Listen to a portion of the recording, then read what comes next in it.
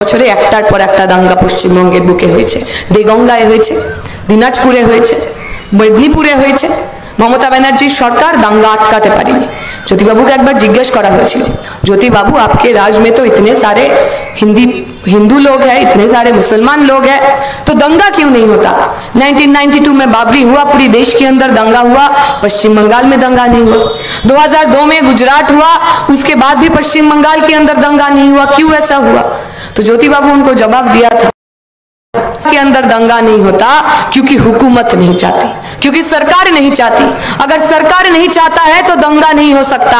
পশ্চিমবঙ্গে দাঙ্গা হয় কারণ মমতা ব্যানার্জি চায়। মমতা ব্যানার্জি চায় আমি আর আপনি বেঁচে থাকার লড়াইয়ে থাকি।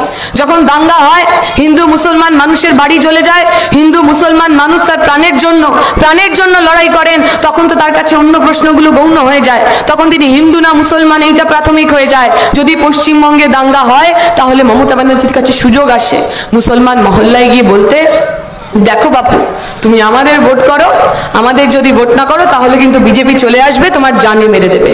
যদি দাঙ্গা হয় তাহলে পশ্চিমবঙ্গে সুযোগ আসে বিজেপির ওই বিভিন্ন হিন্দু পাড়ায় গিয়ে বলতে যে দেখো বাপু আমাকে ভোট করো, যদি আমাকে ভোট না করো তাহলে কিন্তু তোমার রাজ্যটা বাংলাদেশ হয়ে যাবে। মমতা ব্যানার্জি নরেন্দ্র মোদীরা চায় আমি আর আপনি আমাদের জীবন বাঁচাতে লড়াই করি।